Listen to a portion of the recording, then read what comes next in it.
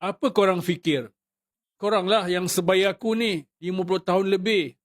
Okey, kalau korang masih muda, baru 40 tahun, baru 20-30 tahun, ambil lah tahu sikit. Pergi tanya bapak korang ke, abang korang ke, apa yang mereka fikir sekarang ni. Maksud aku, fikiran-fikiran begini yang berlega di fikiran kami. Apa yang telah aku capai selama hidup ini? Apa benda besar yang aku telah buat untuk aku tinggalkan?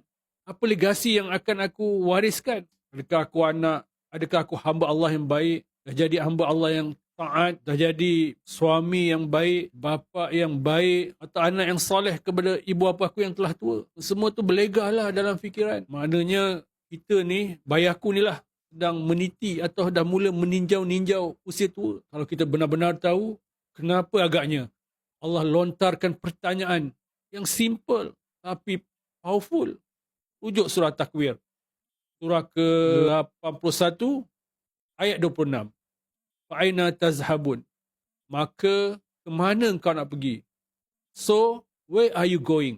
Itu je nak kongsi buat masa ni. Wallahu a'lam.